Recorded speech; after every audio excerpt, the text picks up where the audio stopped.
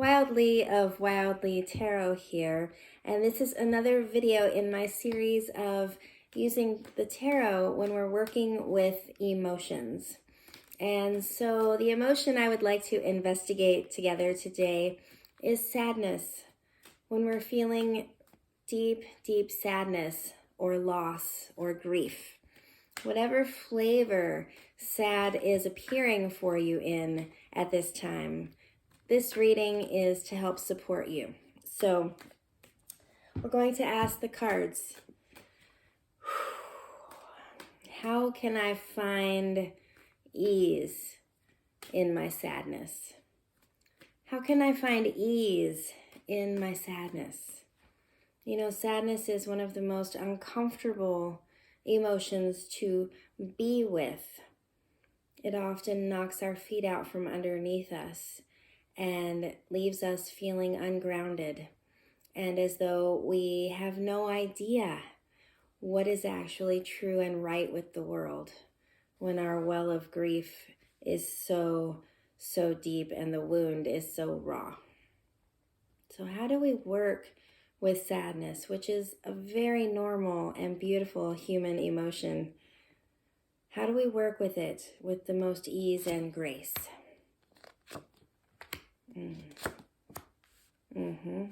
Beautiful, beautiful. I need this reading so much today as well. Yeah, so when deep grief, deep sadness comes into our life, the first card, the High Priest. And the High Priest is all about taking up space with our voice. It's about asking for what we need. It's about being really clear. So if we need to grieve, if we need to cry, we need to take that space to do so. Allow ourselves the space to cry. And if others are uncomfortable being around us when we are in the space of grief, then we request that they give us space, that they leave, that they do their own tending so that we can be with our feelings. This is so potent as I touch this card, that even though we are in deep sadness, sometimes people don't quite see or understand that sadness is what is active in our lives in that moment. And so they mistake us for being depressed or being cranky or being aloof. And the High Priest says we, to at the best of our abilities, need to use our words to share where we are, even if it's confusing, even if it's in the muck, just to simply say, I'm feeling really vulnerable. I'm feeling really tender. I'm feeling really sad. I don't have a lot of words for it. I just need you to see me. I just need you to give me some space, whatever it is that you need, to the best of your ability. So I want to acknowledge here that when we're in that deep, deep sadness, sometimes we feel like the deer in headlights. We're just like, I don't even know what I need. And that's okay. The High Priest just says when we get to the places where we do have words, where we can speak for what we need, that is what the best medicine is in order for us to receive those things. Then we have the Ace of Swords. And so the aces, for me, the spiral goes from ace to 10. The 10 is where we're the most expanded and we're ready to leave that cycle, that spiral, and step into a new one. And the aces are at the end of that contraction that always comes whenever we expand, whenever we change, whenever we shift and start over. We pull back in, we contract. Things are a little uncomfortable as we figure out who we are now. And so the Ace of Swords here says there's going to be a contraction. You know, when we experience deep loss or the fear of loss, when we experience grief, it changes us. We become a different person. We soften or harden. We become bitter or we become gentler. There's just all of these shifts that occur. And the Ace here says, allow yourself to be with those shifts before making any major decisions, before making any major choices.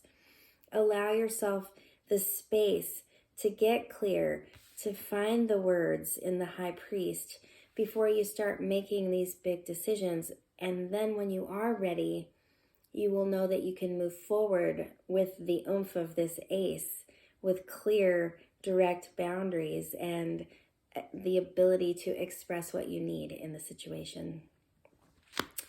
And then finally, we have the Tower. And this is one of the cards that people feel a lot of angst around. And I just want to affirm for you that there's nothing wrong about this card. There's nothing bad about it. It is a part of the human experience. There will always be times in every person's life when things become chaotic, when they get knocked off kilter, and sadness and grief are one of these times. Especially if we have never been taught how to grieve properly, how to feel our feelings all the way through our body, if our family of origin has taught us to push them down and suppress them, then when we step into these times where we have loss, where there is grief, often a huge well of emotion comes up that's attached to so many other stories beyond just the present wound. So this is something to notice, right? If we have really big sensations that happen over perhaps smaller losses, this can be really good data for us to recognize that we might have some trapped emotions in the body. We might have some places that are asking for attention. And what I really love about the Tower is that, we see these two beings here. And one is flailing head first down the tower, and it's going to hit, and things are going to be really crazy for that person. And then we have the other person who's falling out of the tower, yes, but they have their feet underneath them. They're keeping an eye on where they're going. They recognize that this too shall pass, and that they just need to doggy paddle. Just keep your head above water. Feel the feelings. Feel them as much as you can. And when you get to the point where you're a little overwhelmed, take a step back and breathe. Tend. Eat nourishing food or not. Maybe you need to have a little treat to support your nervous system and your body as you're grieving. Maybe you need to cuddle with your animals or ask some people to hug you. Maybe you need to reach out for some therapeutic support. What I'm feeling here in the Tower is that we can't avoid these moments. Grief, sadness, heartache, loss, these moments are part of being alive in a human body. And if we attempt to avoid them, then we're not really living.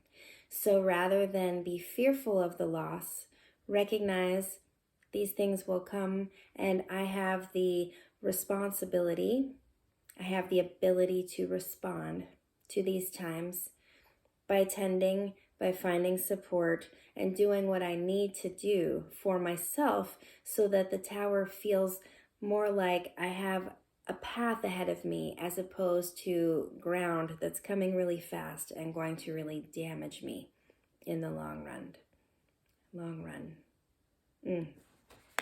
That feels like the message for this theme of sadness and grief. I really hope that it serves you well. I hope that you can caretake your tender heart in these times and that you have everything that you need.